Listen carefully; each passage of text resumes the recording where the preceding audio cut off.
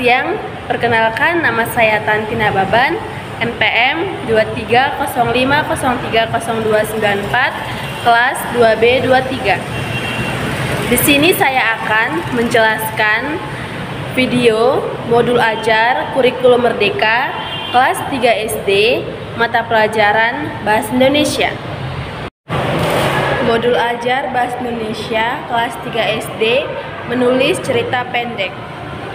Capaian pembelajarannya atau CP, peserta didik dapat menulis cerita pendek dengan runtutan peristiwa yang jelas, menggunakan kalimat efektif dan ejaan yang benar. Yang selanjutnya, alur tujuan pembelajaran atau ATP. Fase 1, mengenal unsur-unsur cerita. Tujuan pembelajarannya, peserta didik dapat mengidentifikasi unsur-unsur cerita pendek atau tokoh, latar, alur, dan pesan moral dalam sebuah cerita. Kegiatan pembelajarannya yang pertama, membaca bersama beberapa cerita pendek anak. Yang kedua, diskusi kelas untuk mengidentifikasi tokoh, latar, alur, dan pesan moral dalam setiap cerita. Yang ketiga, membuat peta pikiran atau mind map untuk merangkum unsur-unsur cerita. Yang keempat, latihan individu mengidentifikasi unsur-unsur cerita pada teks cerita lain. Fase kedua, merancang cerita pendek.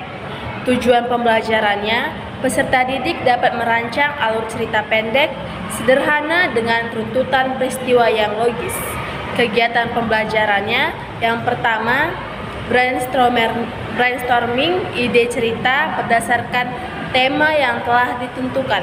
Misalnya, persahabatan, hewan peliharaan, petualangan. Yang kedua, membuat kerangka cerita atau outline dengan urutan peristiwa yang jelas. Yang ketiga, melengkapi kerangka cerita dengan detail tokoh, latar, dan alur cerita. Fase yang ketiga, menulis cerita pendek. Tujuan pembelajarannya, peserta didik dapat menulis cerita pendek dengan runtutan peristiwa yang jelas, menggunakan kalimat efektif dan ejaan yang benar. Kegiatan pembelajarannya yang pertama, menulis cerita pendek berdasarkan kerangka yang telah dibuat. Yang kedua, revisi dan penyuntingan tulisan secara mandiri dan kelompok. Yang ketiga, bimbingan dari guru dalam memperbaiki kalimat dan ejaan. Selanjutnya fase keempat, mempresentasikan dan mengevaluasi. Tujuan pembelajarannya, peserta didik dapat mempresentasikan cerita pendek dan memberikan atau menerima umpan balik dari teman sebaya. Kegiatan pembelajarannya yang pertama, presentasi cerita pendek secara bergantian. Yang kedua, memberikan umpan balik konstruktif kepada teman sebaya. Yang ketiga, refleksi pembelajaran. Selanjutnya, media dan sumber belajarnya. Media dan sumber belajarnya dapat diambil dari buku teks, buku cerita anak, gambar, kartu kata, laptop atau proyektor jika tersedia.